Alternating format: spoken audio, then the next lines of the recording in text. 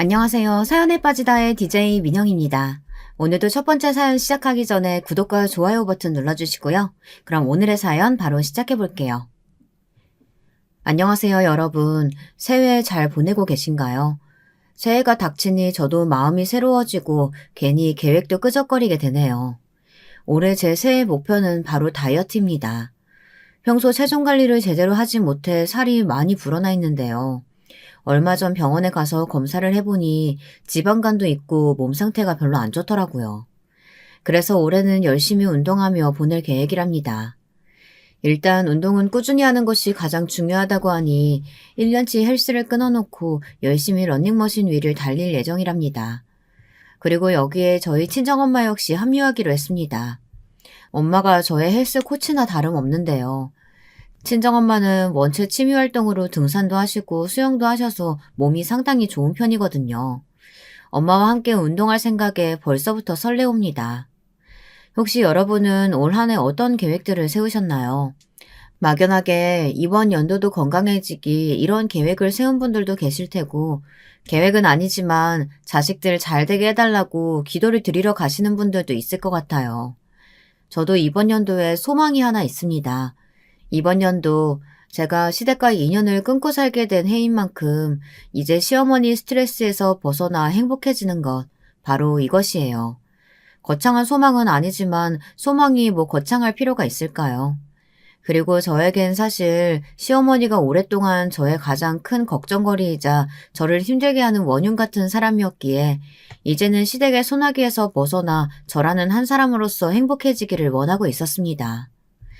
먼저 저희 시어머니에 대한 이야기부터 바로 말씀드리면서 본론으로 들어갈까 하는데요. 저는 남편이 막내인 집안에 시집을 갔습니다. 저희 시어머니는 시아버지를 일찍 보내고 홀로 되신 지 5년 정도 되셨던지라 많이 외로워하셨고요. 그래서 남편 위로 시누이들이 있었는데 시누이들도 시집가고 남편도 장가를 갈 때가 오자 도무지 감당이 안 된다며 결혼식 날 엉엉 울곤 했습니다. 제가 시어머니께 첫 인사를 갈 때도 자기는 남편을 끔찍히 사랑한다며 신혼집은 시댁 근처로 얻으면 안 되겠냐는 말씀을 하시었고요. 물론 저는 상당히 부담스러웠습니다. 신혼집은 회사 근처로 얻어야 맞벌이로 일도 할 수 있고 아이도 키울 수 있다고 생각했거든요. 남편도 역시 이를 동의해 약속까지 한 뒤였고요. 근데 이미 그 부분이 전달이 다 되었다고 생각했던 날, 시어머니가 너무나 애처로운 표정으로 제 손을 꼭 잡으시며 안 되겠냐고 애걸복걸을 하시는 거예요. 아직도 이때 시어머니의 표정과 눈빛을 잊지 못할 것 같습니다. 어머님 죄송해요. 저랑 이 사람이 회사가 서울이라 저희는 재택근무할 수 있는 업종도 아니고 나중에 여유롭게 아이 키우려면 여기서 계속 살아야 돼요. 어머니 계신 곳은 지방이라 일자리가 많이 없거든요. 죄송해요, 어머님. 그래, 그건 안다. 나도 알아. 근데 나도 알면서 이런 얘기 꺼낸다는 건 그만큼 간절하다는 거 아니겠니? 얘 누나들도 그렇고 나한테 신경 써주는 사람이 아무도 없어. 그나마 상민이 얘랑 예쁜 며느라가 네가 나를 챙겨줄 것 같은데 여기 시골 구석에 혼자 있다 보면 나는 뒷방 늙은이 되는 거 순식간이야. 아, 엄마, 왜 난처하게 그러세요? 그건 저랑 어젯밤에 다 얘기했던 부분이잖아요. 엄마, 대신 저희가 자주 들릴게요.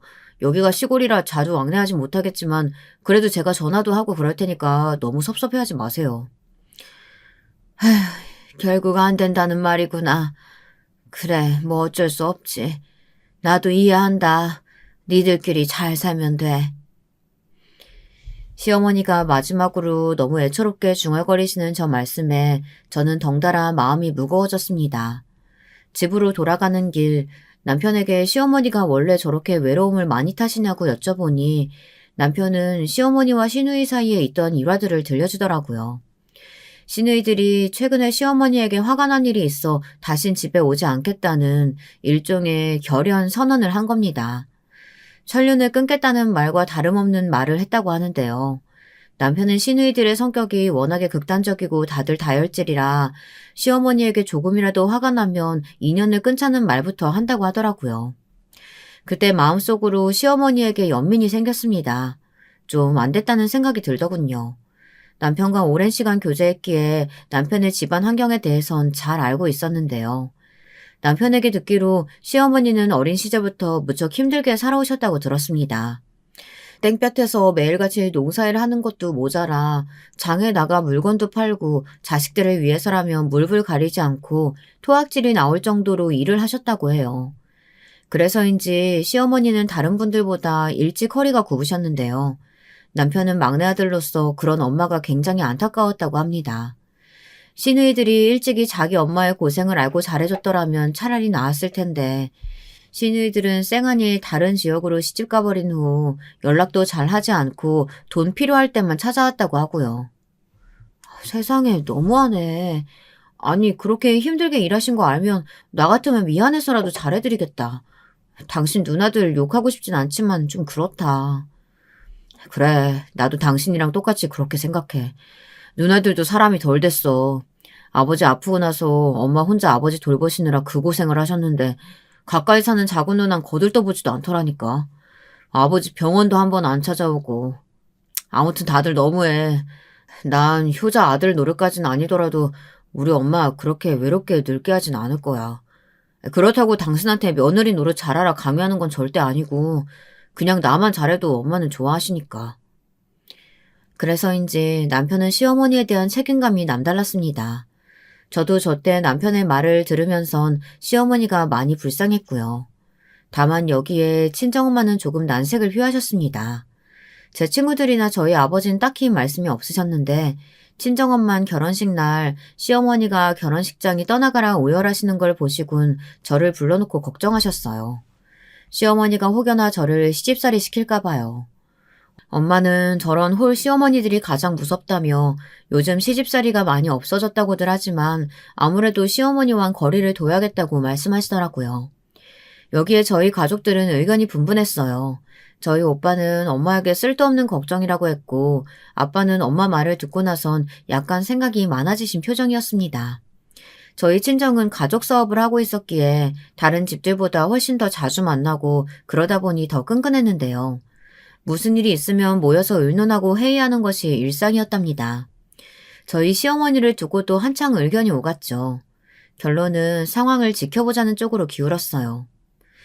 이런 말 그렇다만 솔직히 우리가 집도 해주고 나름대로 경제적으로 준비해줬는데 사돈께서 그러시겠니? 그러진 않을 거라고 본다. 그리고 아직 겪지도 않은 일 미리 짐작하는 것도 옳지 않고 안사돈께서 고생을 많이 해서 그렇지 좋으신 분 같더라. 일단 지켜보고 혹시라도 지나치게 간섭하시려고 하면 말해라. 알겠어요, 아빠. 그렇게 할게요. 다들 걱정하지 말아요. 사실 이때 남편이 시누이들의 빚을 갚아주고 시어머니를 모시느라 돈을 많이 모아두지 못한 상태였기에 저희 집에서 많이 결혼 준비를 해갔습니다. 남편은 저에게 결혼하기 1년 전부터 금전적으로 부족한 걸 사실대로 말해주었고요.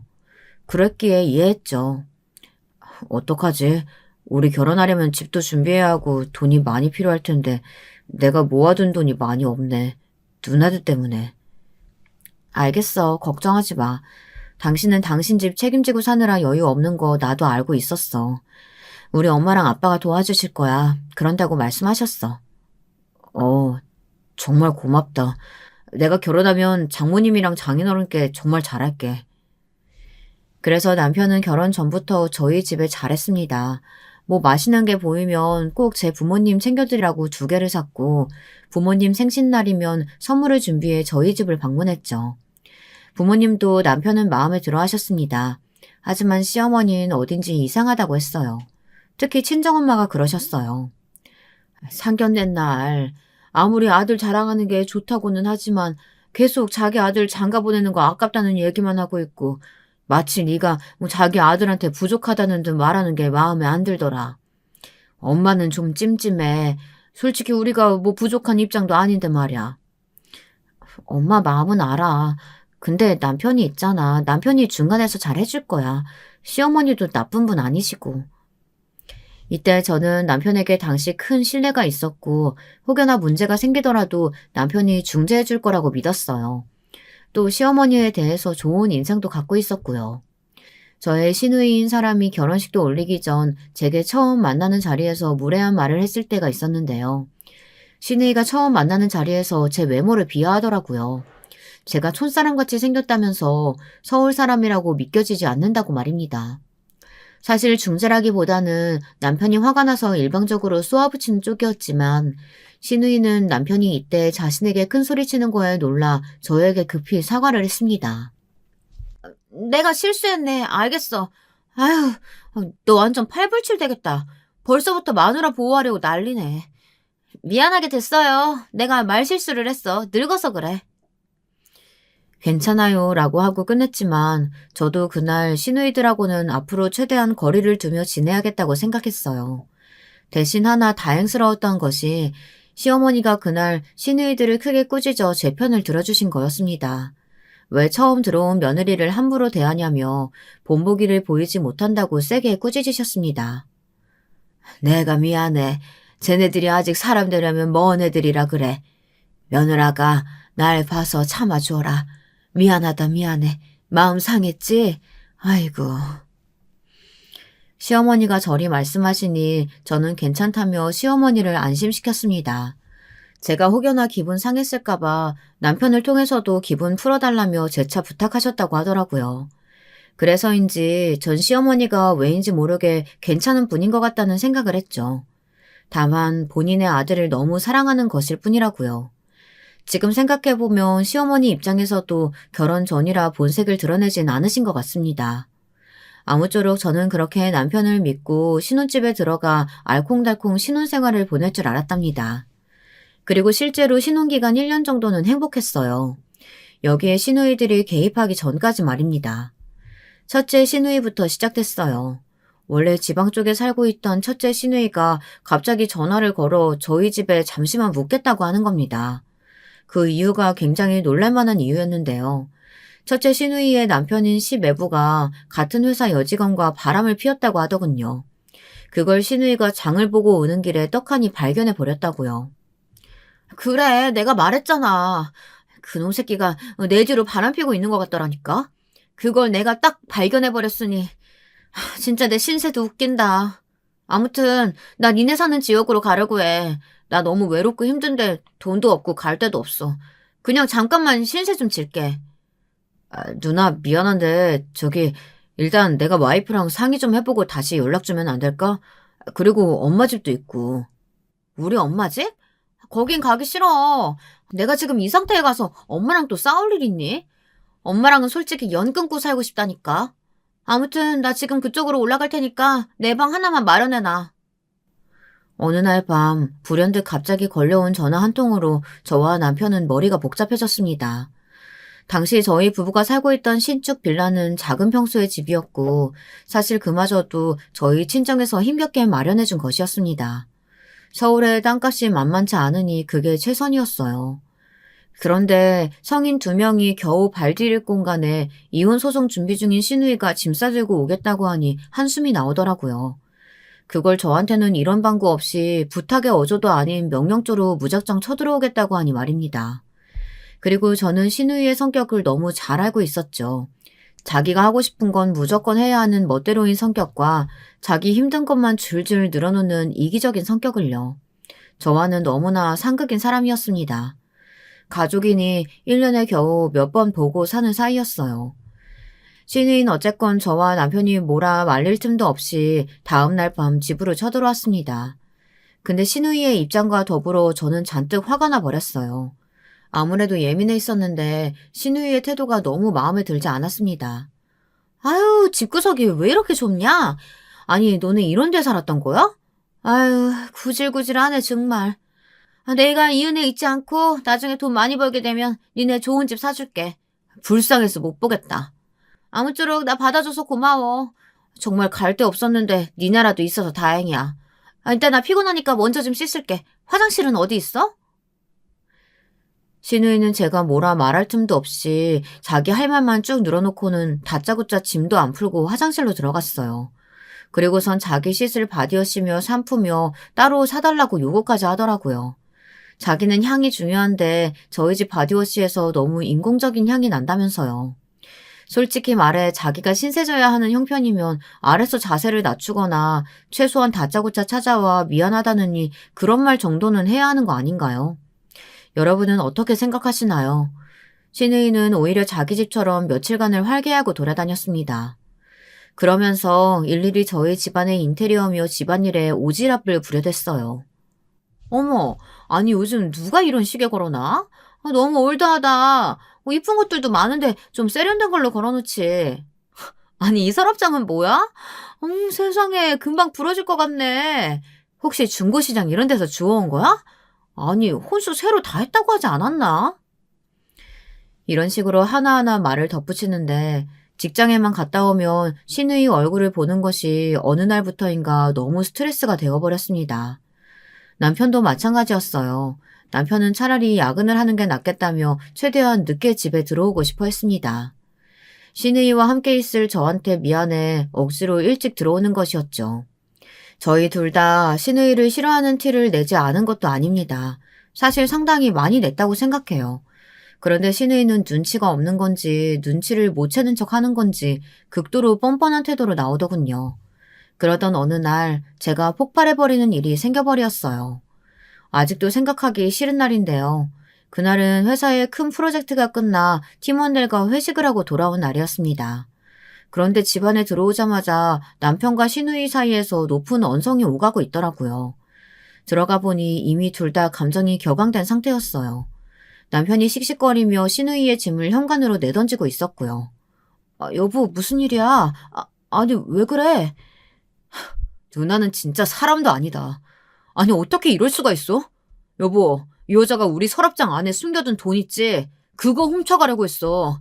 내가 발견하지 않았으면 우리 영영 모르고 넘어갈 뻔했다고. 뭐라고? 아니, 설마 진짜예요? 그게 아니라, 나는 그냥 얼마가 있는지 한번 보려고 한 것뿐이야. 누가 훔치려고 했다 그래. 그냥 얼마 있는지 보고 다시 넣어놓으려고 했어. 그런 사람이 그 돈 봉투를 자기 가방 주머니 안까지 넣어놔? 그게 훔치려고 한 거지. 장난해 진짜? 112에 신고 안 한 걸 다행으로 생각해. 가족이라고 믿고 받아줬더니 어떻게 이런 식으로 뒤통수를 쳐? 정말 충격적이었습니다. 그 와중에 시누이는 저를 향해 계속 아니라고 억울하다며 항변을 했습니다. 하지만 돌아가는 상황을 보니 시누이는 저희 돈을 훔치려고 한 것이 맞았습니다. 전에 시누이에게 제가 비상금으로 돈을 현금화해 넣어놓는다는 말을 한 적이 있었고요. 이 사람 말이 맞네요. 거짓말하지 마세요. 저한테 왜 돈을 서랍장 안에 넣어놓냐고 물어본 적 있으시잖아요. 제가 대답해 드렸고요. 어머, 왜 그래 진짜? 아니라니까 글쎄. 둘 다 정말 미쳤어?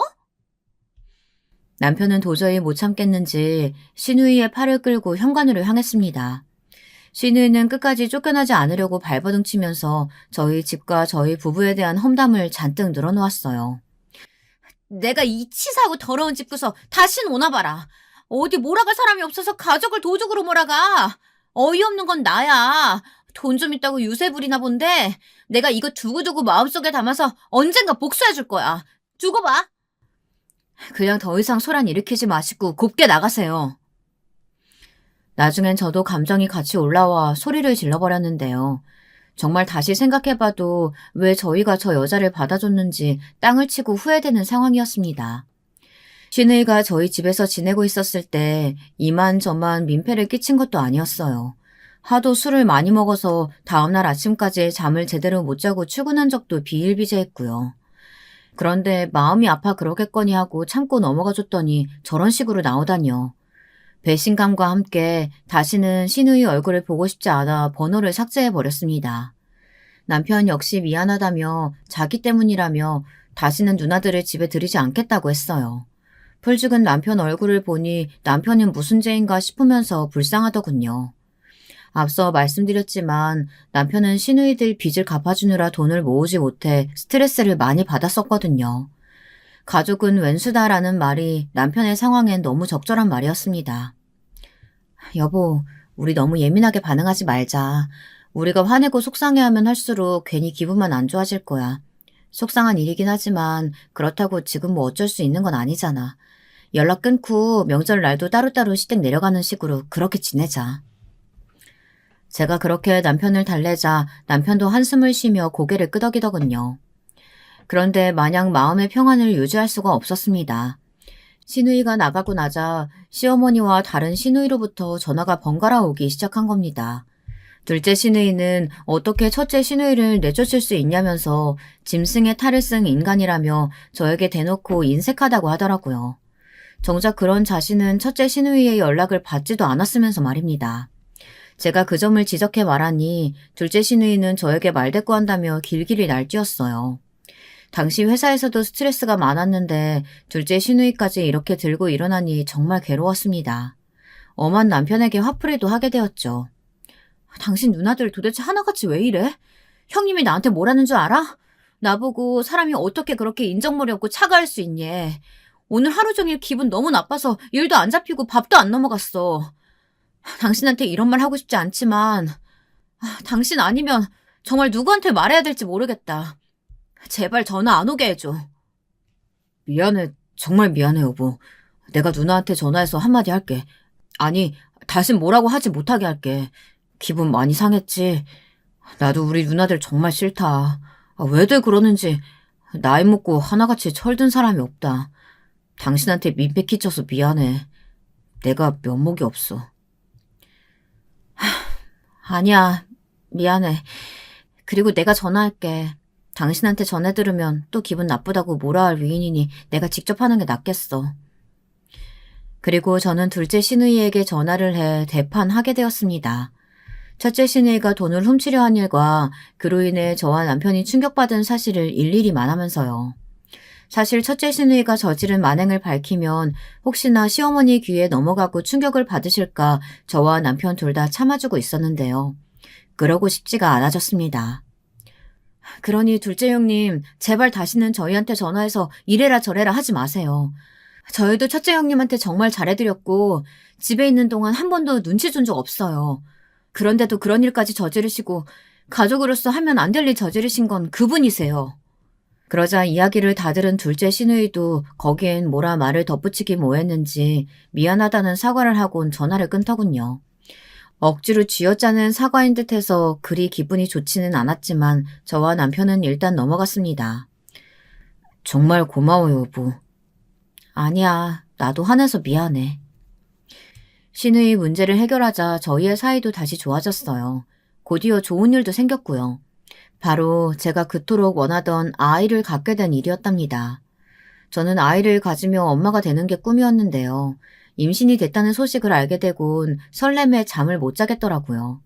주변 유모차를 끄는 아기 엄마들만 봐도 너무 부러웠는데 말이죠. 남편도 난리가 아니었답니다. 성별을 모르는 가운데서 딸이었으면 좋겠다며 벌써부터 딸바보가 될 준비를 하고 있었죠. 친정 식구들도 무척 좋아했어요. 특히 저희 엄마는 출산과 동시에 산후조리를 도와주겠다며 벌써부터 부산을 떨고 계셨죠. 엄마가 있다는 게 정말 든든하다는 것이 실감되는 하루하루였습니다. 애기가 애기 낳는 것 같은데 엄마는 믿기지가 않는다. 네가 애기를 낳는다니. 아마 아기 낳으면 힘든 일도 속상한 일도 많을 거야. 그만큼 행복한 일도 많을 거고. 엄마가 도와줄 테니까 늘 엄마만 믿고 울지. 알았지? 알겠어, 엄마. 요즘 임떠 때문에 힘든데 엄마가 맨날 반찬 만들어주니까 너무 고마워. 이 사람도 엄마 반찬 너무 맛있어서 자꾸 집밥만 먹겠대. 그렇게 외식 좋아하는 사람이 외식도 안 하려고 하고. 우리 사위가 좋아해주니까 너무 기쁘네. 총각김치 또 해줄게. 말만 해. 하지만 이렇게 좋을 때 정말로 저를 경악하게 한 일이 다음에 일어나더군요. 바로 시어머니였답니다. 시어머니가 시누이로부터 연락을 받았다면서 직접 저희 신혼집으로 올라오신 거예요. 저는 저희 아기 얘기를 하려나 하고 예측했는데 제 예상을 완전히 빗나갔습니다. 집으로 들어왔을 때부터 기분이 썩 좋아 보이지 않았던 시어머니는 저희를 앞에 앉혀두고 한참 훈계를 하시는 겁니다. 남편마저 당황해서 할 말을 못 찾고 있는데 시어머니는 이어 자기 말만 해댔습니다. 네 신우가 그런 못된 짓을 저질렀다고 해도 가족이라면 한번 봐주고 넘어가야지. 그런 법이 어디 있다니? 내가 네 신우 평소 그렇게 욕했다 하지만 그래도 가족은 가족이야. 내 생각엔 며느라기 네가 문제인 것 같다. 심송 곱게만 봤더니 어쩜 이리 야박하게 굴 수가 있어? 무엇보다 걔가 지금 우리 집에 와 있는데 내 골이 아파 죽겠다. 허구한 날 술판 버리고 동네 여기저기 기웃거리면서 남자들이나 만나고 다니는데 소문 안 좋게 돌고 있으니까 내가 동네에 얼굴을 못 들고 다니겠어. 내가 어르고 달랠 테니까 니들도 적당히 사과하고 다시 받아줘. 얼른 데려가라, 어? 엄마, 그게 무슨 말이에요. 나는 누나랑 다시 잘 지내볼 생각 없어요. 엄마도 누나 성격 알잖아요.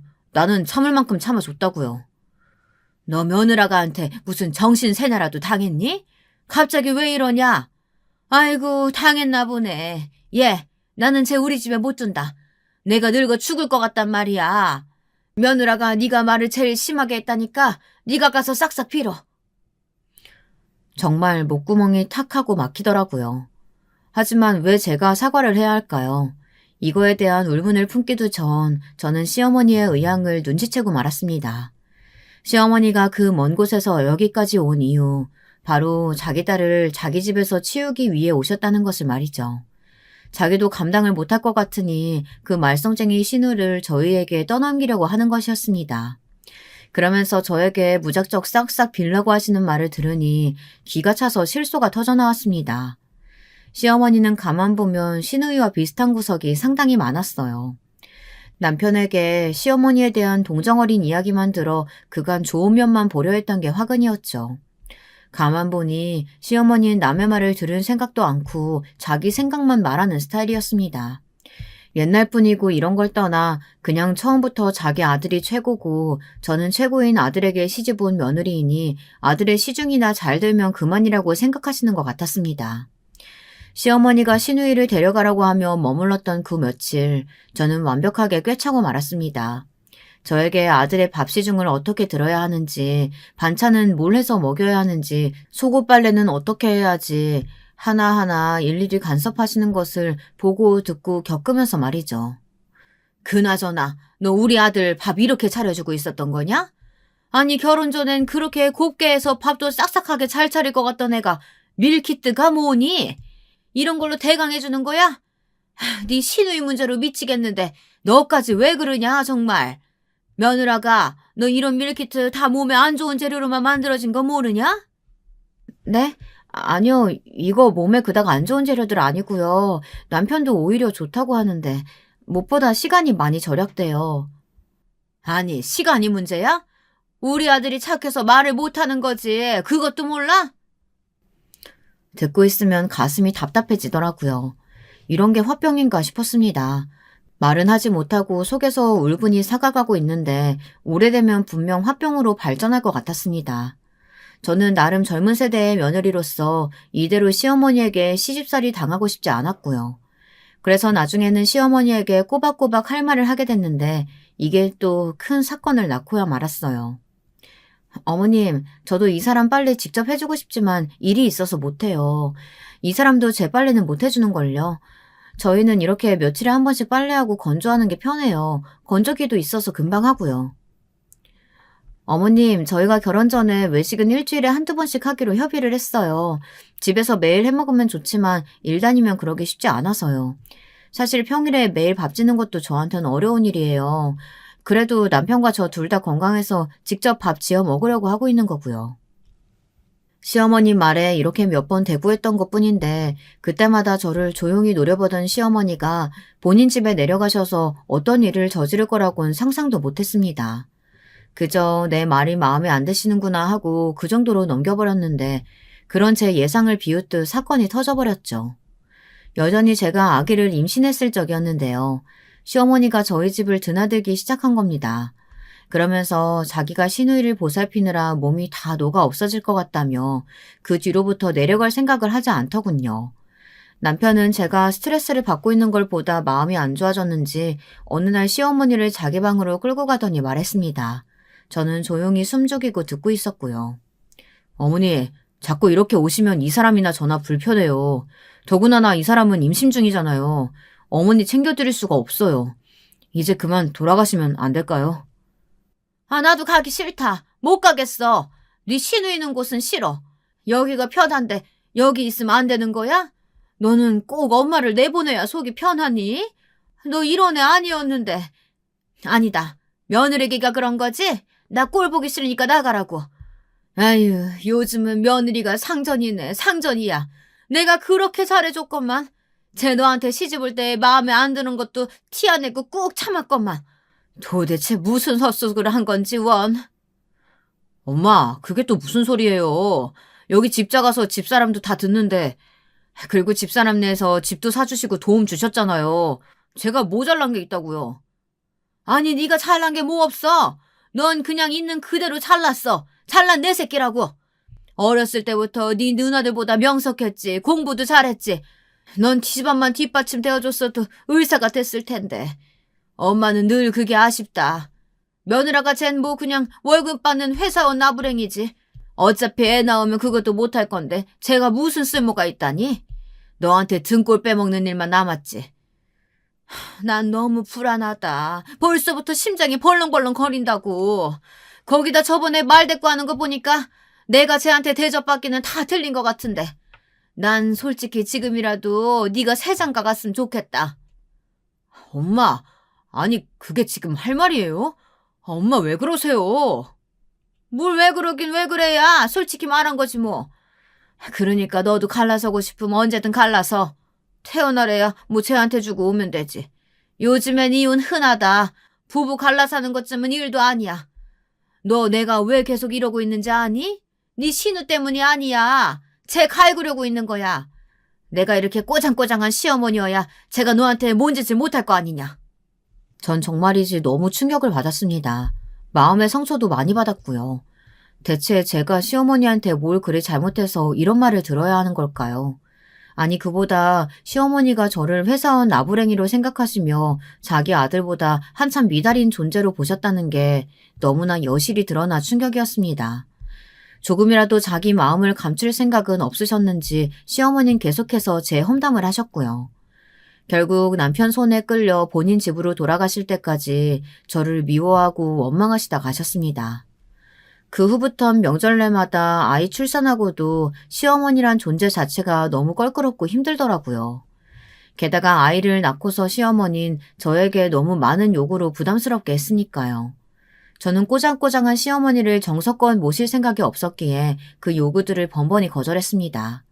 아이를 보여달라며 다짜고짜 시골로 내려오라고 하질 않나. 출산한 지 얼마 안 된 것을 알고도 저에게 김장을 하라질 않나. 별의별 갖은 요구들이 줄기차게 들려오더라고요. 정말 짜증이 절로 났습니다. 어머님, 저희 아기 어디 데려가기 힘들어요. 오늘은 도와주시는 아줌마도 못 오시고요. 아니, 그깟 애기 데려오는 게 뭐가 힘들다고 뻗대는 거야?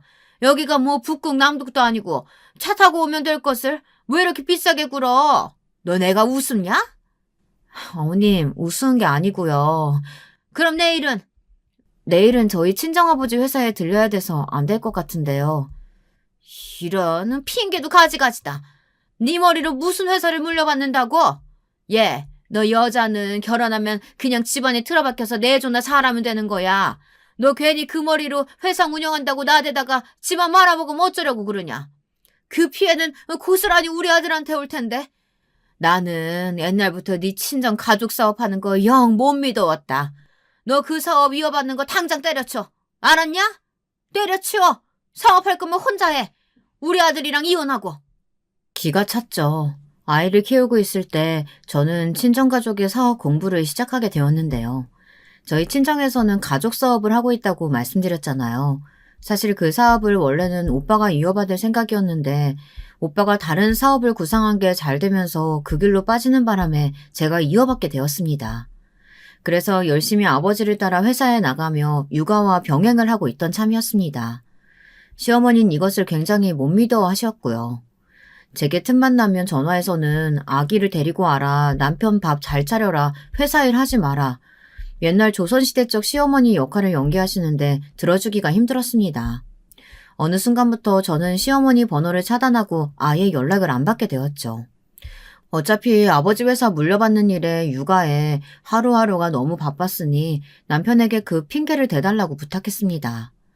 시어머니는 그것이 핑계라는 걸 알고 있는 듯 했지만 딱히 더 뭐라고 하지 못하시더군요. 그 무렵 둘째 시누이마저 첫째 시누이를 따라 이혼을 하면서 시어머니 댁에 눌러앉는 일이 생겨 저까지 신경 못 쓸 만큼 본인도 골치가 무척 아픈 듯 했습니다. 어쨌든 저는 시어머니나 저나 서로 연락을 하지 않고 지내는 이 기간이 무척 편했습니다. 그런데 그러던 어느 날 남편이 조심스레 제게 시어머니와 관련된 부탁을 하는 일이 생겼어요.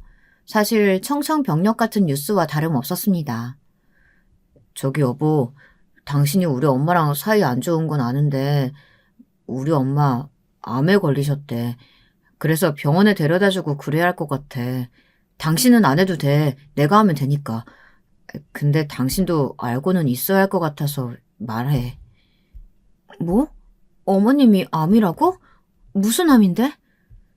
췌장암이시래. 네, 시어머니께서 갑자기 농사일을 하다 쓰러지셔 병원에 실려가는 일이 생겼는데요. 다행히 둘째 시누이가 시어머니 집에 와 있었던 찰나였기에 골든타임 안에 병원으로 이송할 수 있었다고 합니다. 하지만 시어머니는 검사 결과 암을 선고받으셨고 그것도 꽤 진행된 상황이라 서울 큰 병원에 가서 수술을 받아야 한다는 선고를 받으셨어요. 처음엔 저도 꽤 놀랐습니다.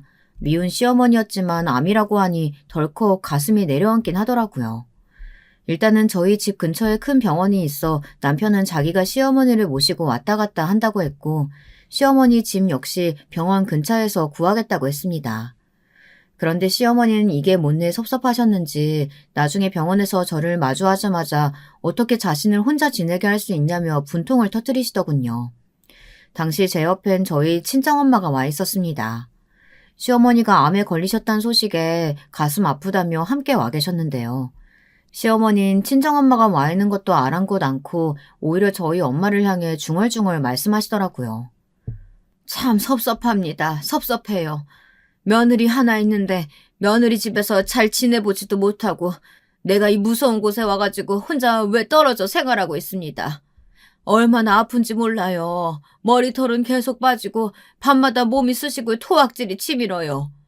근데 내가 그것보다 더 가슴이 아픈 게 우리 아들 며느리 집에 같이 살지도 못하고 이렇게 지내야 한다는 거예요. 얼마나 외로운지 몰라요, 사부인. 아, 네, 죄송하게 됐습니다. 에휴, 됐네요. 사부인께 무슨 죄가 있겠습니까? 문제라면 며느라가가 문제겠죠. 요즘 애들 정말 비위 맞추기 힘드네요. 나야 평생 시골 구석에서 농사만 지은 촌 늙은이라 무시당하는 건 익숙하지만 그래도 이 나이에 바깥 양반 떠나보내고서 암 걸리고 병원에서 이러고 있으니 사는 게 너무 허무하네요. 그냥 확 죽고 싶어요. 시어머니는 이리 말씀하시며 펑펑 울었는데 친정엄마는 어떻게 해야 할지 모르는 표정으로 시어머니를 쳐다보셨습니다. 나중에 엄마는 병실을 나와 제 입장도 이해가 되고 시어머니 입장도 이해가 된다고 하셨어요. 그때 솔직히 전 엄마에게 말하고 싶었습니다. 억울하다고요. 전 그동안 친정엄마에게 시어머니가 하는 막말이나 그 수준에 대해선 말한 적이 없었습니다. 엄마가 알고 나면 저보다 더 날뛰어 크게 일을 내실까봐 친정에는 말 않고 저 혼자 참고 있었던 거죠. 그런데 엄마는 이를 모르시고는 외려 시어머니 입장에서 제게 시어머니를 잘 챙겨드리라는 식으로 말씀하시더라고요. 엄마는 이날 미리 뽑아둔 돈까지 제 손에 쥐어주며 원래 아프면 사람이 뭐든 섭섭하고 서운하게 돼 있어.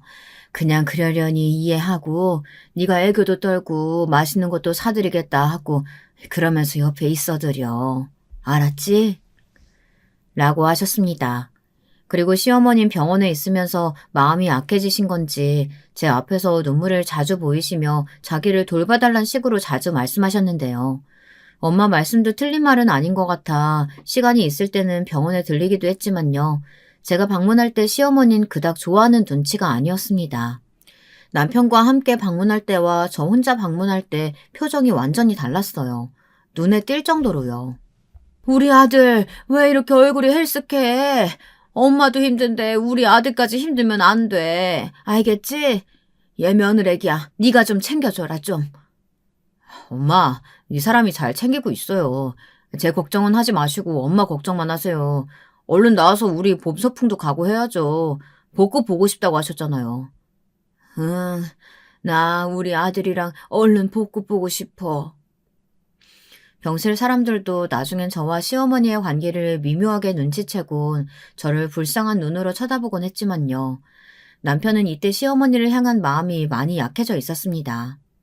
누나들을 위해 고생하신 자기 엄마가 그 한우를 병까지 걸리신 것 같다며 꽤 안쓰러워했거든요. 그래서 상황을 분별할 눈이 없었습니다. 그리고 그러고 나서 큰 일이 터지고 말았습니다. 시어머니께서 항암 치료를 받으시며 어느 정도 완쾌를 향해 나아가시던 중이었고 계절상으론 재작년 겨울날이었는데요. 저에게 김장철이 다가왔다며 김장을 하자고 하시더군요. 시어머님 매년 이맘때면 동네 사람들과 옹기종기 모여 김치를 했는데 그때가 무척 그립다고 종종 말씀하시곤 했습니다. 남편도 은근슬쩍 제가 돕기를 바라는 것 같았고요.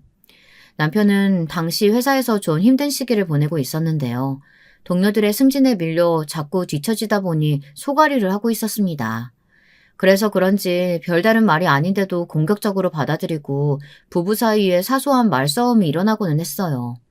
남편과 잘 지내보고 싶은 마음이 강했던 저는 김장을 하긴 싫었지만 수긍했습니다. 그런데 시댁에 도착하자마자 경악하고 말았습니다. 배추 더미들이 그야말로 마당 위에 놓인 바구니들을 한가득 채우고 있더군요.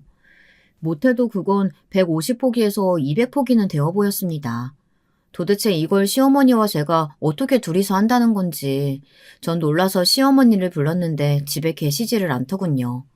그때 시어머니와 종종 고스톱을 같이 치시는 옆집 아주머니가 들어오셔서는 시어머니의 메시지를 전달했습니다. 아, 그 며느라기구만. 생각보다 늦게 왔네. 양이 상당한데. 점내가 여기 있는 배추 김장 담가 놓으라고 했어. 일이 있어서 자기는 좀 늦는다네. 저 혼자요? 응, 혼자 충분히 할 수 있다고 하던데? 그렇게 저는 200포기의 김장을 시작하게 된 것입니다. 친정엄마를 따라 김장을 해본 적은 있지만 이렇게 많이 해본 적은 처음이었습니다. 나중에 저 혼자 끙끙거리며 김장하는 것이 안쓰러운지 동네 분이 몇 분 와서 저를 보고 가곤 하셨지만 그분들도 시어머니의 어떤 말을 전달받은 건지 그냥 돌아가시더군요. 힘내라는 말만 남기시고요. 저는 오기로 도끼로 시어머니를 기다리며 언젠간 오겠지 하는 마음으로 김장을 했어요. 배추를 절이고 양념을 만들고 그걸 배추 속까지 발라가는 와중에도 언젠간 오리라 생각했습니다. 그런데 정말 시간이 흘러도 시어머니는 오지 않더군요. 손과 팔은 어느새 저려오고 추위로 입이 얼어붙고 있었는데도 연락 한 번 오지 않았어요. 나중에 김장이 거의 끝나갈 무렵 우는 목소리로 남편에게 전화해 이런 상황이라고 말하니 그때야 남편은 놀라서 바로 내려오겠다고 했습니다. 도저히 차를 운전해 집으로 갈 자신이 없었기에 저는 배추를 마저 버무리며 남편을 기다렸는데요. 남편이 왔을 때 저는 거의 반기절 상태의 상태로 차에 올라타게 되었습니다. 그리고 그 다음날부터 저는 완전히 쓰러져 심한 감기 몸살을 앓게 되었어요. 비타민을 잘 챙겨 먹어 원래 감기 같은 걸 안 걸리는 체질인데 김장의 여파가 커서 그런지 바로 몸져 누워버렸어요. 뭘 생각할 수도 없고 느낄 새도 없이 그저 끙끙 앓았습니다. 병원 약을 먹어도 쉽사리 낫지가 않았고요. 그날도 그런 날이었습니다. 아침에 친정엄마에게 전화해 아프다고 칭얼거리다 침대에 누워 있었는데요. 갑자기 핸드폰이 미친 듯이 울려 겨우 받았더니 시어머니더라고요. 야, 너 거기 꼼짝 말고 있어. 알았냐? 내가 지금 당장 찾아갈 테니까. 갑자기 쩌렁쩌렁하게 울리는 시어머니의 목소리에 놀라 핸드폰을 귀에서 떼고선 남편에게 전화를 걸었더니 남편은 시어머니 생신잔치에 제가 안 왔다는 이유로 화가 났다고 하더라고요. 나 혼자 왔는데 당신 안 왔다고 하니까 난리가 나서는 당신한테 따지러 간다고 하네. 뭐? 나 김장하느라 아파서 이렇게 된 거라고 해. 근데 걱정 마. 내가 엄마 붙잡고 있을 테니까. 저는 이걸로 끝난 줄 알았습니다. 시어머니의 진상짓들 중 하나이겠거니 여겼어요. 그런데 정말로 그날 밤 시어머니가 쳐들어왔습니다. 네, 저희 집을요. 갑자기 비밀번호 누르는 소리가 들리더니 신발을 신은 채 누군가 턱턱 소리를 내며 요란하게 방문을 열고 닫더군요. 뒤에선 남편이 말리는 소리가 들렸고요. 일단 무슨 일인지 알기 위해 나갔더니 곧바로 시어머니의 얼굴이 보였고 그 다음엔 매서운 손이 날아들어왔습니다. 아 하는 비명을 지를 새도 없었어요. 몹쓸년, 네가 감히 나를 무시해? 이 천한 년이? 내 아들한테 시집 왔으면 감사합니다 하고 내 전화 열심히 할 노릇이지. 사업한다고 나대. 암 걸린 시어머니까지 내쫓아. 이제는 시어머니 생신까지 쌩까? 너 뒤지고 싶냐? 엄마 왜 이러세요? 미쳤어요 정말? 여보 괜찮아? 정신이 혼미했습니다. 아픈 와중에 뺨까지 얻어맞으니 서 있을 힘이 도통 나질 않더라고요. 풀썩 쓰러져 버렸습니다. 근데 그 와중 시어머니 뒤로 죽 쇼핑백을 들고 서 있는 저희 친정엄마가 보였어요. 엄마는 차분한 얼굴로 신발을 벗고 들어오시더니 쇼핑백을 바닥에 놓고선 시어머니를 향해 걸어가셨습니다. 시어머니는 그때서야 엄마를 발견하고 놀란 기색이었죠. 엄마는 그대로 그 자리에서 손을 들어 시어머니의 뺨을 냅다 갈겼어요.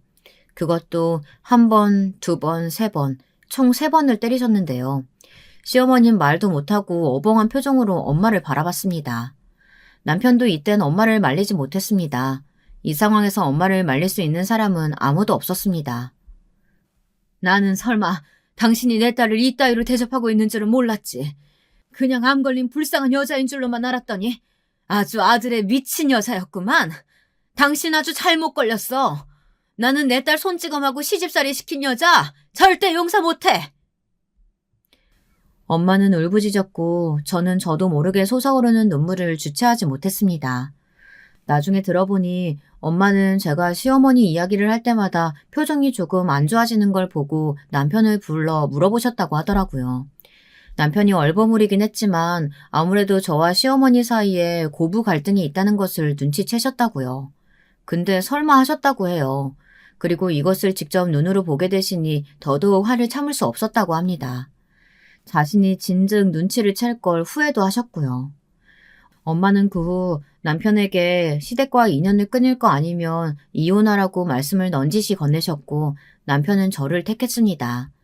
시어머니는 자기가 불쌍하지도 않냐면서 매달렸지만 남편은 꽤 매몰차게 시어머니를 버렸답니다. 그렇게 저는 시댁과 연이 완전히 끊긴 채로 살아가고 있어요. 속이 무척 시원하고요. 무엇보다 아이와 사업에만 집중할 수 있어 마음이 편합니다. 여기까지가 제 사연인데요. 인생 선배님들이 들으시기에는 어떠셨나요? 제가 현명한 선택을 한 것일까요? 저보다 오래 살아오신 선배님들의 의견이 궁금합니다. 지금까지 들어주셔서 감사하고 새해 복 많이 받으시길 바랍니다. 감사합니다.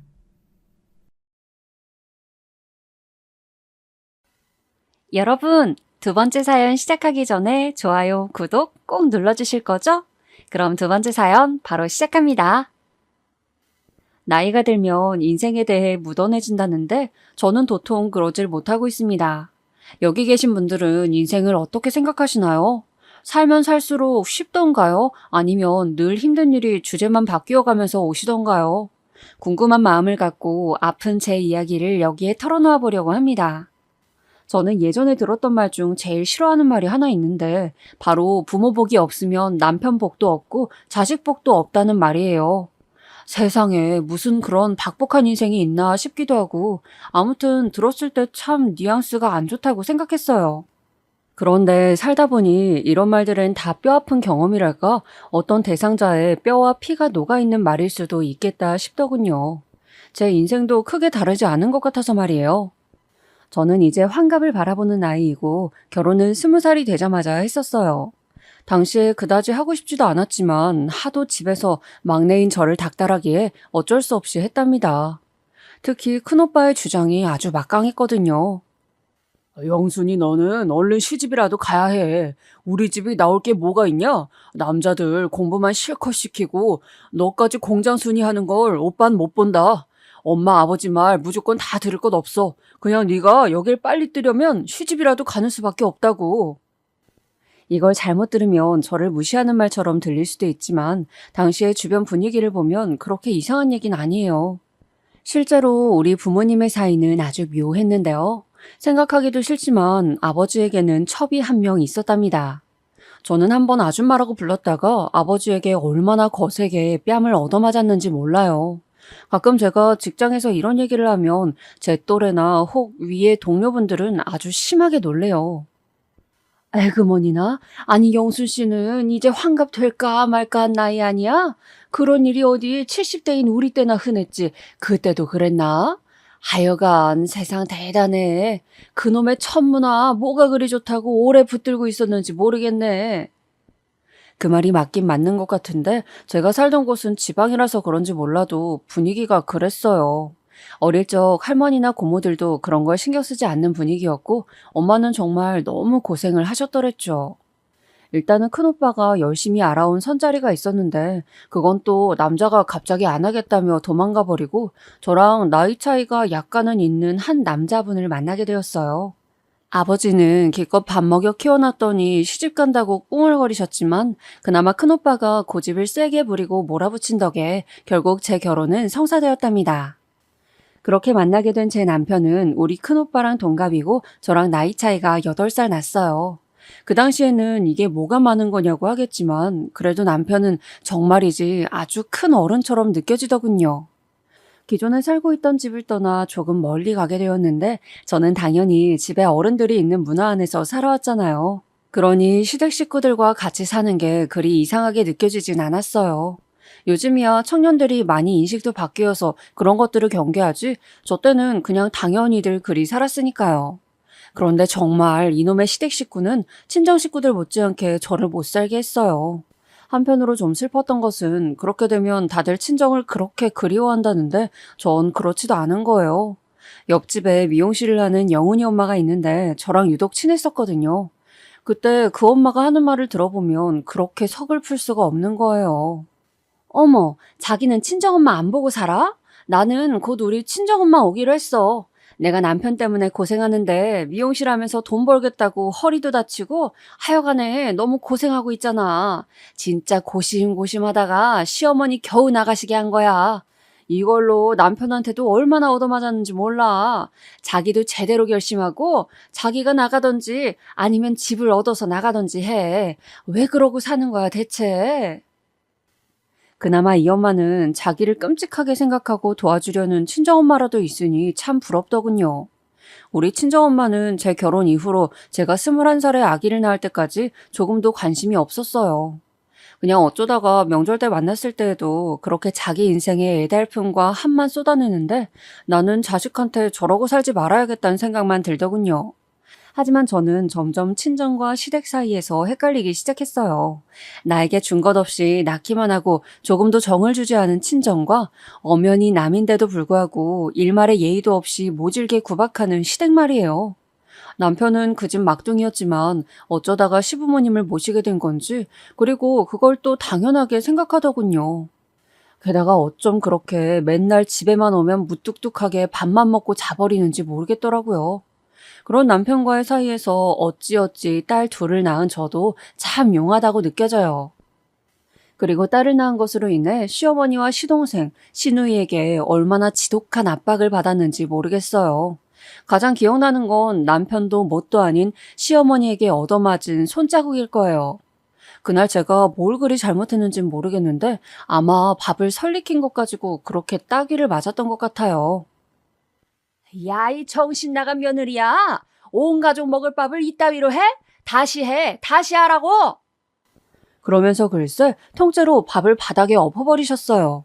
지금 생각하기도 기가 막히고 새삼 우라통이 터질 정도니 당시 한참 어리고 순했던 저는 얼마나 큰 상처를 입었을까요? 그런 일 하나 정도에 뺨을 얻어맞고 바닥에 떨어진 밥알을 주워다 치우고 울면서 다시 밥을 안 치던 삶이었어요. 제 등에는 큰 딸내미가 매달려 있었고요. 하지만 불행같이 저에게 닥쳐온 일로 인해 참으로 지옥 같던 시집살이에서 해방되게 되었어요. 사실 그때 너무 몸과 마음이 힘들어서 쓸데없는 생각도 했었습니다마는 더 이상 시댁 식구들을 안 봐도 된다고 생각하니 그나마 낫더군요. 그 일은 당시 우리 큰딸이 좀 커서 중학생이 되었을 무렵이었어요. 남편은 이미 그 전으로 해서 간암 선고를 받았는데 온 가족이 허둥지둥 매달리는 사이 그만 생을 달리하고 만 거예요. 판정을 받고 그렇게 오래되지 않았을 때라 다들 넋이 나가 있었고 시어머니가 그렇게 목 놓아 우셨어요. 아이고 정환아 내 새끼. 품에 오래 안아보지도 못하고 젖도 제대로 먹지 못하고 늘 말라 비틀어져 고생했던 내 새끼. 어떻게 나이 50도 못 넘기고 먼저 가냐 이 녀석아. 저 역시 이때 하늘이 내려앉은 듯 앞이 어두컴컴했고 미운 감정이 훨씬 많은 남편이지만 여러 가지 감정들이 몰려왔어요. 욱하고 토할 듯 슬픔이 몰려와서 진정도 안 되던 때에 대부분의 시어머니들이 그렇듯 그 미움의 화살을 저에게 돌리시더군요. 주변에서 그 누가 와서 말리고 진정을 시키려고 해도 좀처럼 이 미움의 불씨는 사그러들지 않았어요. 오죽하면 저를 같이 괴롭혀댔던 시누이마저 지 엄마를 말릴 정도였는데 말이에요. 아, 엄마, 정신 좀 차려. 세원이 잘못은 아니잖아. 조카들도 클 만큼 컸는데 그 앞에서 그렇게 머리채를 잡겠다고 난리치면 어떡해. 얘네들이 지 할머니를 뭐라고 생각하겠냐고.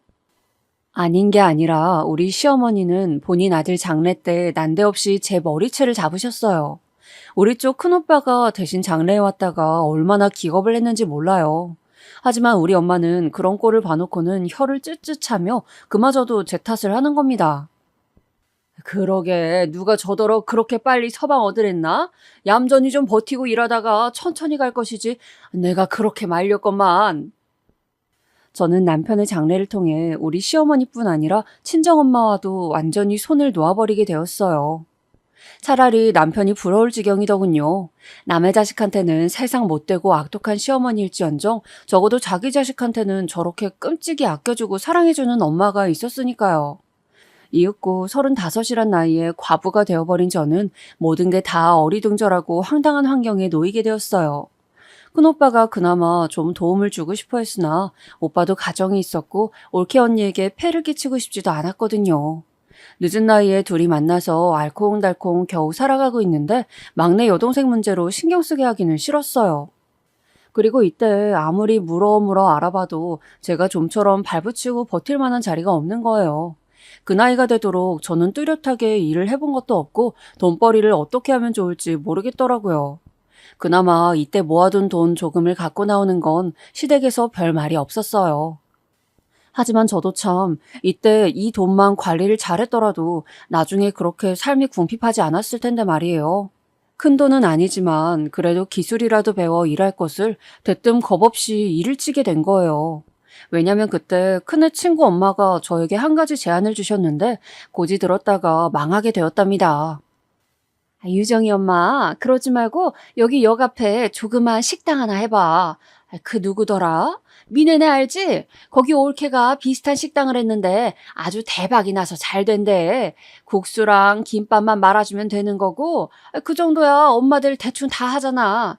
그런데 자기는 요리도 잘하는 편이고 이제 혼자서 먹고 살고 애들 키워야 하는데 역시 먹는 장사가 최고 아니겠어? 처음에 전 사람들 대하는 게 어렵기도 하고 낯을 좀 가렸던지라 썩 내키진 않았어요. 그런데 자꾸 생각해볼수록 솔깃한 거예요. 실제로 저도 엄마들 얘기할 때 들어봤던 내용이라 돈 벌어서 애들도 잘 키우고 집도 샀다고 하니까 신경이 쓰이더군요. 당시 저는 조금 무리해서 식당을 차렸고 우리 큰딸 이름을 따서 유정식당이라고 간판도 내걸었어요. 하필 그때 큰애는 사춘기가 와서 하루가 멀다 하고 저에게 대들었답니다. 아, 진짜 쪽팔리게 이름을 왜 내 이름으로 지었어? 학교 가니까 애들이 맨날 놀리잖아. 나 진짜 짜증나서 엄마 가게 안 갈 거야. 그리 와서 밥 먹으란 소리 좀 하지 마. 집으로 갖고 오라고. 큰딸은 이렇게 버럭 저에게 성질을 내기 일쑤였고 전 장사도 잘 안 되는데 주인집 눈치도 숱하게 보고 집에 돌아오면 산더미 같은 집안 일거리에 정말 미칠 것 같더군요. 그나마 애교가 많은 둘째 딸이 제 어깨를 주물러주기도 했지만 살 길이 너무 막막했어요. 결국 이렇게 어렵게 열었던 식당은 길게 가지 못한 채 그만 접게 되었답니다. 어설프게 제가 하나둘씩 정리를 하고 처리를 하고 주인집 아주머니 부부의 냉정한 눈총을 받아가며 얼마나 쓰린 날들을 보냈는지 몰라요. 하지만 그나마 저에게 아주 길이 없진 않았으니 식당에 몇 번 드나드시던 한 아줌마에게 받은 제안이 있었어요. 그걸 가슴에 품은 채로 차마 연락은 못 해보고 끙끙 앓고만 있었답니다. 다른 분들은 이런 제안을 받으셨으면 어찌하셨을지 모르겠지만 저는 결국 연락을 할 수밖에 없었어요. 저에겐 정말 코딱지만한 집안에 겨울이 되면 보일러가 끊겨버려 차가운 방에서 잠드는 딸이 둘이나 있었으니까요. 이분도 제 하소연을 듣고 마침 자기 상황과 맞아떨어지니 건넨 제안이기도 했어요. 걸걸한 목소리와 달리 내성적인 저를 나름 생각해서 해주신 말이라 마음에 오래 남았답니다. 아이, 상황이 참 딱하게 됐네. 그럼 있잖아. 나 마침 가게 내놨어. 사실 하겠다는 사람들이 좀 있긴 한데 아줌마한테도 한번 물어보는 거야. 우리 가게 이어서 해볼래? 자식 키워야 하는데 가릴 일이 뭐가 있어? 나도 당당하게 잘만 했어.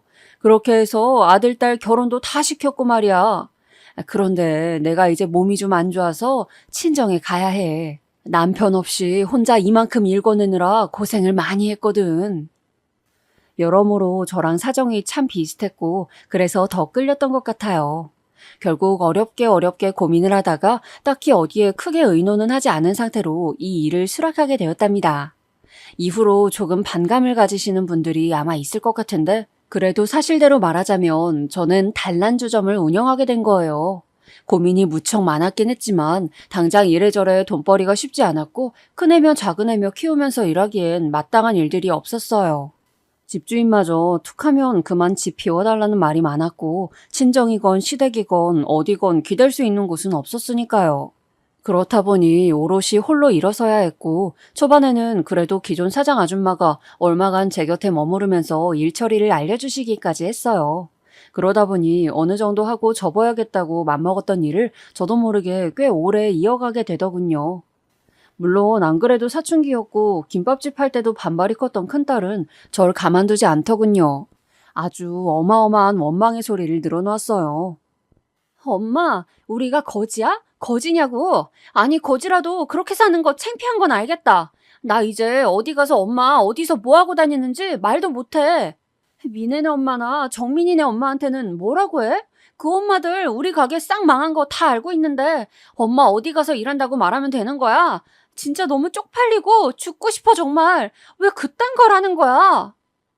딸의 이런 말들이 비수같이 꽂혀들었고 그러면서도 꾸역꾸역 문을 열고 일하면서 온갖 인간군상들을 만나다 보면 내가 과연 정말 잘하고 있는 건지 문득문득 두려움도 들었어요. 하지만 그 어디서도 저를 받아주고 써줄 분위기가 아니었고 그나마 꼬박꼬박 먹고 살 수 있는 게 수입이 나오는 건 여기밖에 없었어요. 그나마 돈이 도는 흐름을 그전 사장 아줌마가 알려주고 가셨고 어쩔 수 없다는 생각이 들었어요. 어찌 보면 이것도 핑계 중 핑계라고 생각하실 거예요. 제 양심상으로도 그리 편한 일만은 아니었거든요.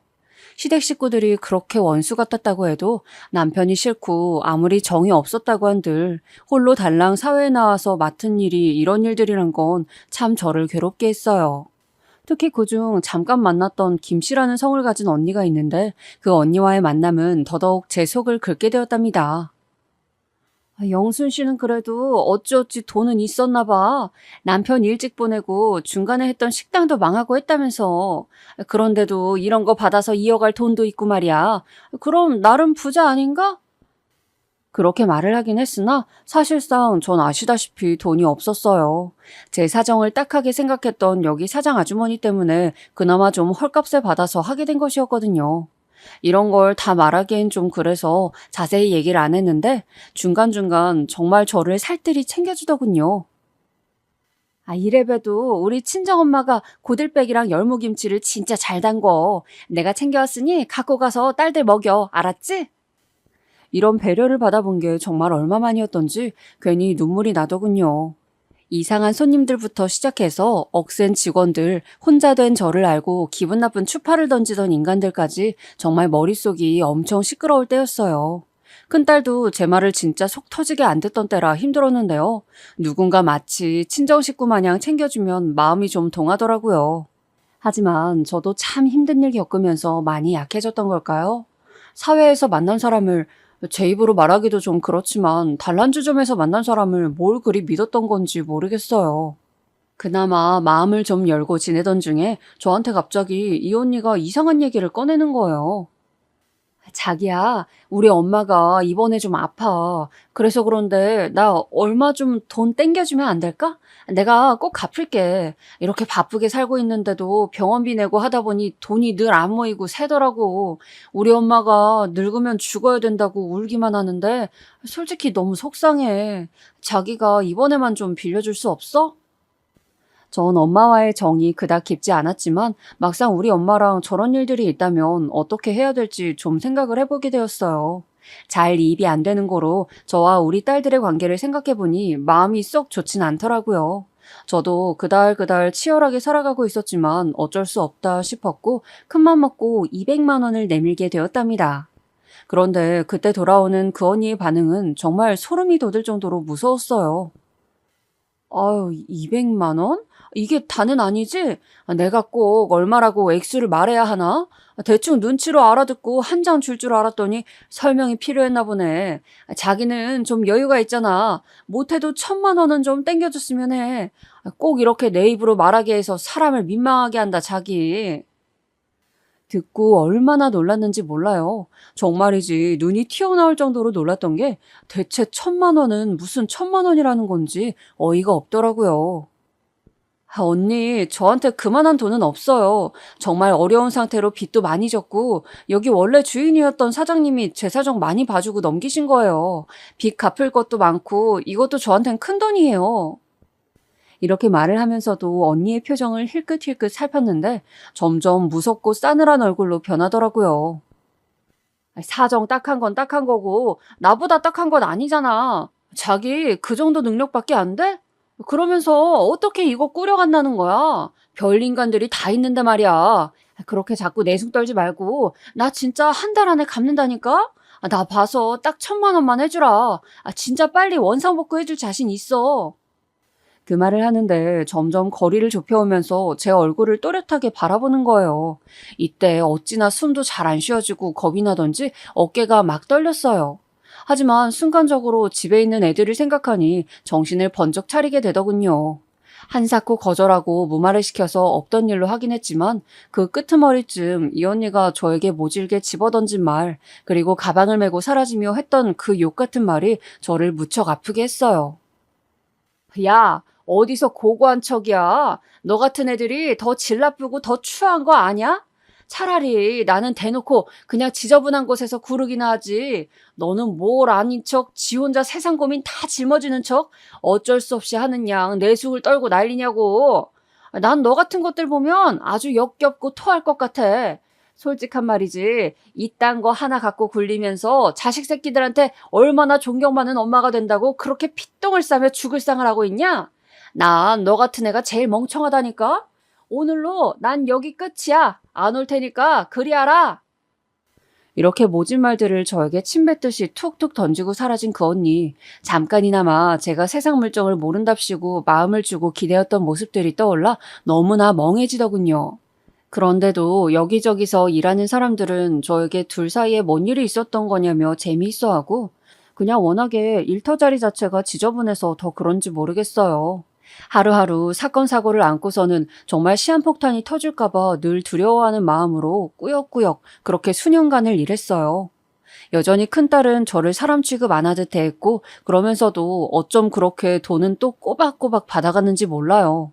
큰딸은 저한테 말을 안 거는 대신 둘째 딸이 못내 힘든 얼굴로 늘 저한테 말을 하더라고요. 엄마, 언니가 수학여행비가 필요하대. 그리고 옷값도 필요하대. 자꾸 나한테 시켜. 엄마가 알아서 줘. 이놈의 기집애가 지 딴엔 그렇게 저를 구박하고 창피하다고 할 땐 언제고요. 지 엄마가 그렇게 번 돈은 아무렇지 않게 쏙쏙 빼가는 거예요. 밥을 해놓고 국을 해놓고 나가면 그것도 다 먹고 이 집에서 누릴 건 다 누리면서 말이에요. 그래도 제가 낳아놓은 자식이니까 어쩌겠나 싶었어요. 한편으론 너무 서글펐던 게 저 역시 제 엄마와의 사이가 어려웠거든요.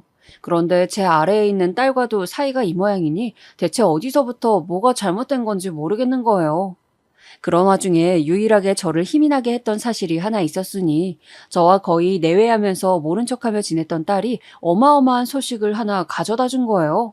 저도 학력이 짧고 공부를 못했지만 일머리나 기본머리가 나쁘단 말을 들어본 적은 없었어요. 딸내미는 저와 달리 그나마 교육도 제대로 받고 거기에 과외까지 붙여가면서 고등학교 내내 진짜 제대로 했거든요. 그런데 이 녀석이 재수 한 번 안 하고 바로 대학에 붙어버렸어요. 그것도 간간히 저한테 귀띔이라도 해줬으면 좋았을 텐데 입 한 번 떼지 않았던, 제 기준에는 너무 크게 느껴지기만 하는 이화여대의 말이에요. 당시에 어디 자랑할 때가 마땅치 않았지만 그래도 너무너무 기뻤고 딸도 집단에는 성취감을 제법 느꼈던지 몇 마디 말도 걸어오더군요. 저기 엄마, 나 이번에 진짜 힘들게 했어. 나 좀 대단하지? 이렇게 말을 하니 얼마나 신이 나던지 나름 어색한 모녀 사이에서 그래도 그게 그렇게 행복하게 느껴지더군요. 딱히 좋은 대학을 가서라기보다는 물론 그것도 있지만 딸이 저한테 수년 만에 말을 걸고 표정이 밝았던 게 인상적이었어요. 둘째는 저를 좀 짠하게 여기는 구석이 있지만 큰딸은 마치 이 집에서 자식이 지 혼자인 양 아주 막무가내로 굴었거든요. 과외비랍시고 수십만 원을 챙겨갖고 가서는 거짓말하고 놀러 가는 데에 썼다가 걸린 적도 있었고 말이에요. 그때 야단 맞으면서도 아주 도끼 어린 얼굴로 저에게 대들었을 때 이때 몰래 부엌에서 숨죽여 울었던 적도 있어요. 그래도 전 제 딸들한테 손찌검 한 번 안 하고 매 한 번 때리지 않으면서 키워왔는데요. 둘째 딸 아이가 지방대에 입학하고 난 뒤에는 저는 슬슬 가게를 정리하기 시작했어요.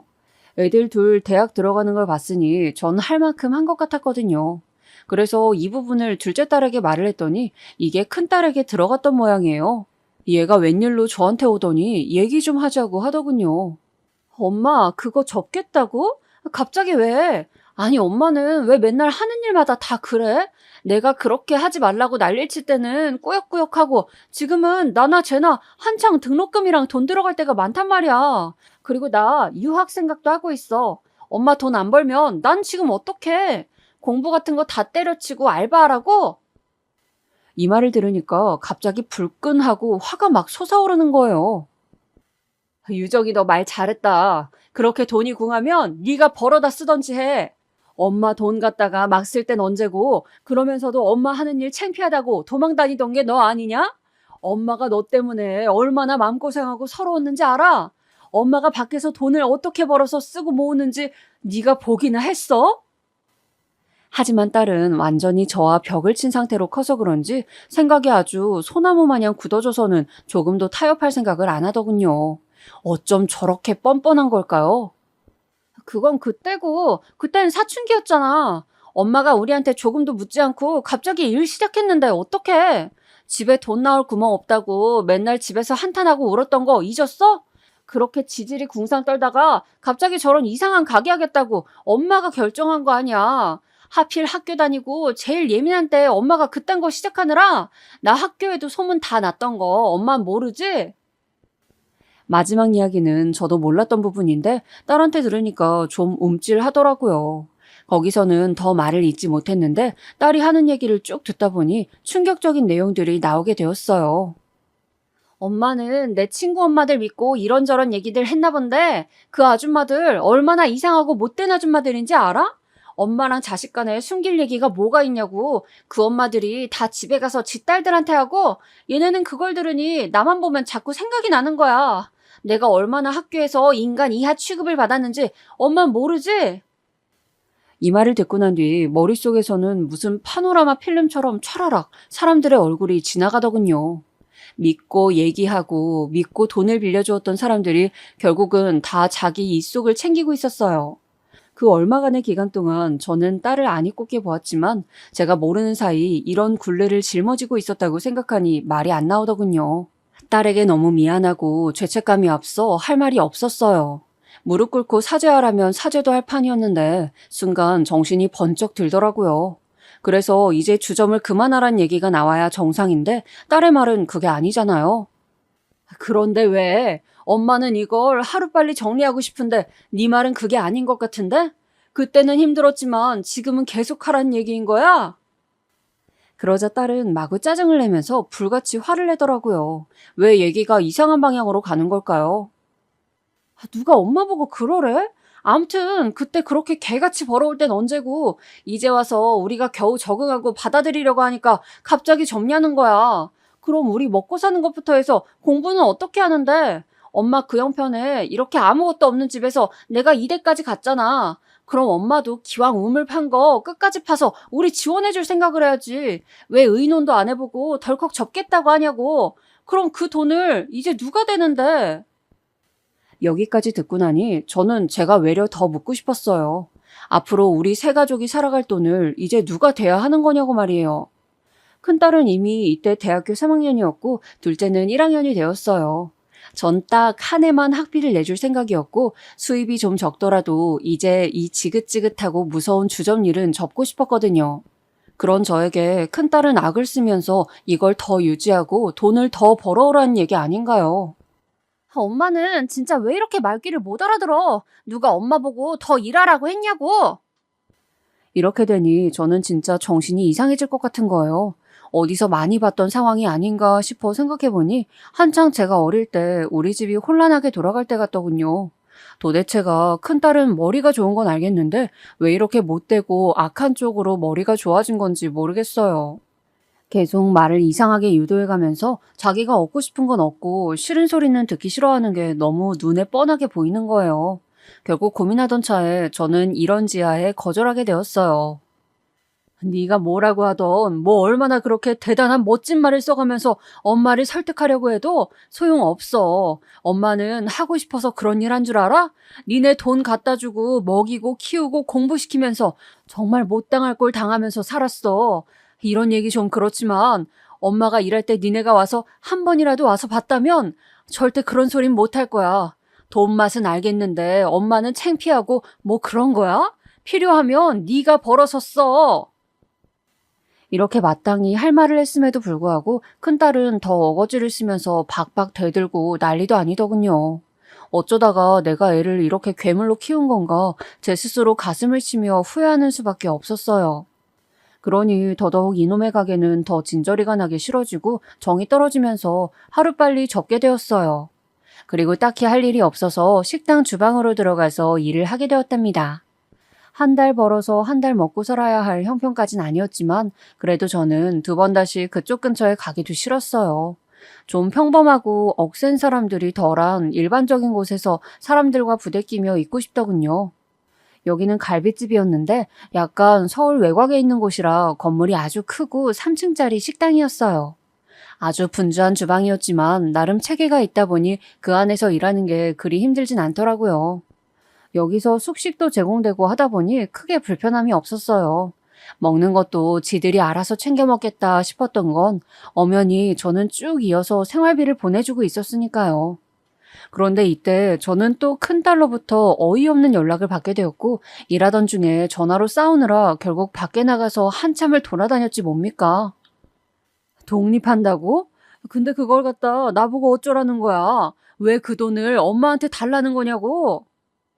큰딸은 뜬금없이 독립해서 살아야 한다면서 저에게 방 얻을 돈을 보태달라고 난리를 치는 거예요. 정말이지 저는 얘랑 뭐 어쩌다가 연락만 닿았다 하면 그놈의 지독한 돈 얘기를 들어야 했어요. 끝끝내 거절하고 연락도 받는 둥 마는 둥 하고 그렇게 해서 생활비도 둘째 딸 편으로 보냈지 큰딸에겐 말도 하지 않았어요. 둘째는 가계부까진 아니더라도 그달 얼마를 어떻게 썼고 지도 알바하고 있단 식으로 저한테 꼬박꼬박 알려주었거든요. 전 없는 형편에 얘네 시집 갈 거 생각해서 또 얼마씩 적금을 들고 하던 사이 그렇게 한 2년 정도 흘렀을까요? 여기 갈비집 체인이 또 좀 더 멀리 생기면서 그쪽으로 옮겨갈 제의도 받았는데요. 고민을 하고 있는 와중에 둘째 딸에게 아주 생뚱맞은 소식을 듣게 되었어요. 도대체 큰딸은 지 엄마인 저와 지 여동생을 얼마나 속 터지게 해야 정신을 차리는 걸까요? 엄연히 좋은 소식이긴 했지만 결과적으로 저에겐 전혀 좋은 일이 아니고 매우 수치스러운 일이었어요. 이때 제가 노발대발하면서 전화를 했는데 한참을 받질 않더니 몇 통을 연달아서 계속하니 겨우 받더군요. 아, 짜증나. 왜 자꾸 전화하는 거야? 유정이 너 이게 무슨 소리야? 결혼? 아니, 누구랑? 결혼을 어떻게 갑자기 한다는 거냐고 대답을 좀 해봐. 말 그대로 큰딸은 난데없이 결혼을 한다고 했다는 거예요. 그러니 자긴 이 집을 나가게 된다는 식으로 얼렁뚱땅 지 동생한테 말을 했던 거고 엄마인 저한테는 조금의 언질도 없었어요. 아, 자세히 좀 말을 해봐. 누군데? 어느 집인데? 아니 어떻게 된 거야? 결혼 약속을 했다는 거야? 상견례 같은 것도 안 하고 다 절차가 있는 법인데 어쩜 그렇게 엄마한테 말을 하나도 안 해줘? 아이고 머니나 세상에. 너 혹시 사고 친 거야? 딸은 이렇게 질문이 많은 저에게 질린다는 듯 버럭 화를 내더니 이 내용보다 어쩌면 더 충격적인 내용을 눈 깜박도 안 하고 그냥 쏟아내더군요. 저는 진심으로 정말 진지하게 이 얘기를 제 귀가 잘못 알아들은 줄 알고 몇 번이나 물었어요. 하지만 딸은 그게 뭐가 이상하냐는 투로 반박을 하더군요. 아니, 왜? 그냥 나는 엄마 안 계시다고 했어. 엄마가 새삼 거기 와서 뭘 하게. 솔직히 나 엄마 진짜 짜증나. 말도 안 통하고 이렇게 억척스럽게 물어대고 하는 꼴 내 남친이랑 그쪽 식구들한테 보여주고 싶지도 않아. 집도 찾아온다는 걸 얼마나 막았는데. 나 그것만으로도 진짜 힘들어 죽겠어. 일단 엄마 나 혼수해야 될 것 같은데 내 앞으로 돈 얼마 없어? 그거나 좀 알자. 이때 전 피가 거꾸로 솟는 것을 느꼈습니다.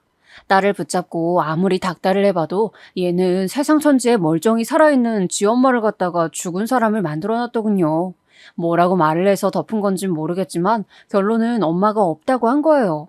이렇게 눈 뜨고 살아서 지 앞으로 혼수모까지 열심히 벌고 모으고 있는 엄마를 말이에요. 그렇게 창피하고 쪽팔리다고 밀어내선 수년간 상처를 줬어도 새끼라고 가슴에 묻고 맨날 고래고래 소리 지르면서 싸웠지만요. 어디까지나 내 피 붙이고 생떼 같은 자식이라고 전 거의 강제로 억지로 참아오면서 그렇게 얘와 얘 동생을 길러왔어요. 제가 왜 이런 취급을 받아야 하는 걸까요? 자식이 결혼을 한다는 것도 실감이 안 나서 얼얼할 판에 제 존재마저 지우개로 지우듯 수치스러운 병풍 하나 걷어내듯이 전 그렇게 생무시를 당해버린 상황이었어요.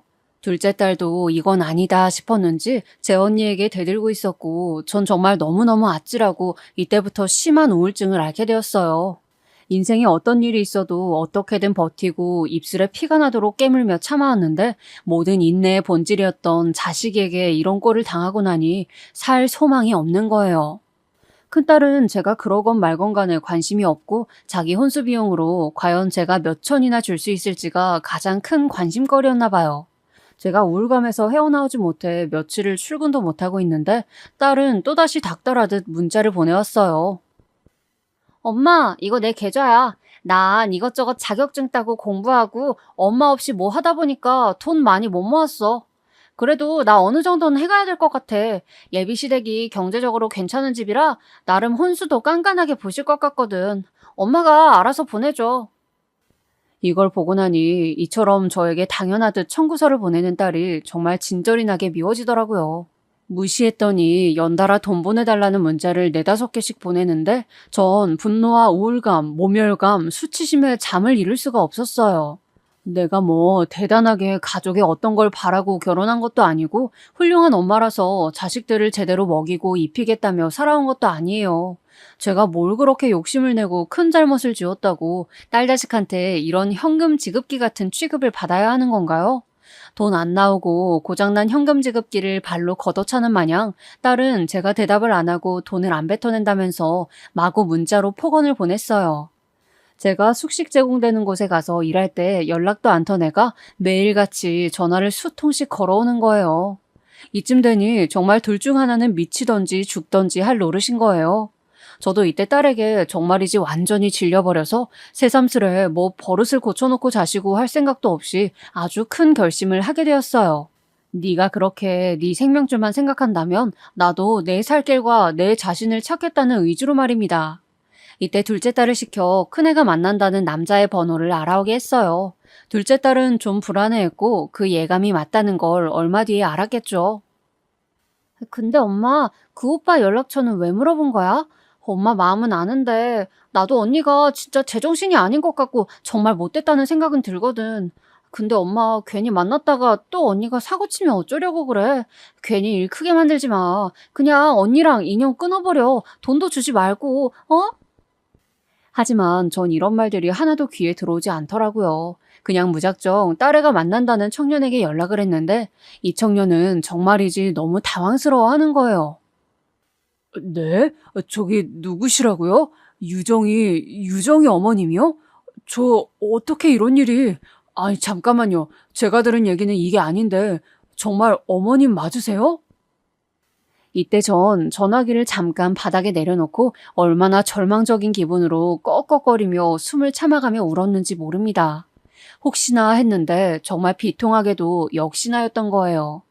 딸은 그냥 귀찮아서 짜증스럽게 혹은 뭔가 번거롭고 머쓱해서 저한테 둘러대듯 한 말이 아니었어요.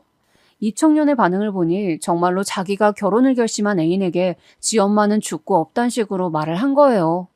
그러니 다시 살아 돌아온 양 연락을 하는 제가 이 청년 입장에서는 얼마나 어이가 없었겠냐고요. 이때 저는 더 통화를 할 상황이 못 되어 전화를 끊고 한참 마음을 진정시킨 뒤 문자를 보냈어요. 이때만큼은 아주 냉정해지더군요. 내가 필히 만나보고 할 얘기가 있으니 자네와 자네 어머니와 자리 좀 만들어 달라고 말이에요. 그리고 내 딸 유정이한테는 반드시 비밀로 해달라고 지켜줄 수 있겠냐고 몇 번을 강조했어요. 그리하여 그리 길지 않은 시간이 지나 번화가 카페에서 저와 그 청년, 그리고 청년의 어머니 셋이 마주하게 되었답니다. 어느 정도 이야기를 아들에게 들은 건지 그 어머니는 무척 당황스럽고 곤란한 듯한 얼굴로 나와 있었어요. 저는 그 전날 저녁까지도 딸에게 욕지기 비슷하게 혼수 비용을 당장 붙이라던 문자를 받은 터라 이 행동에 있어 조금도 번복할 생각은 없었답니다. 몇 주간을 고민하고 우울감에 빠져 있으면서 결심했던 것을 그대로 행하게 되었어요. 안녕하세요. 저 유정이 엄마입니다. 이렇게 갑자기 뵙자고 해서 많이 놀라셨죠? 듣기로는 결혼이 진행 중이라고 들었습니다. 아마 지금 많은 게 놀랍고 당황스러우실 텐데요. 저도 참 당연히 상견례니 뭐니 아니면 하다못해 남자친구, 여자친구 소개하는 분위기라도 마주했어야 할 텐데 말이에요. 이런 식으로 딸에게는 비밀로 하고 뒤로 만나는 꼴이라니 진짜 가지가지 막장이다 싶더군요.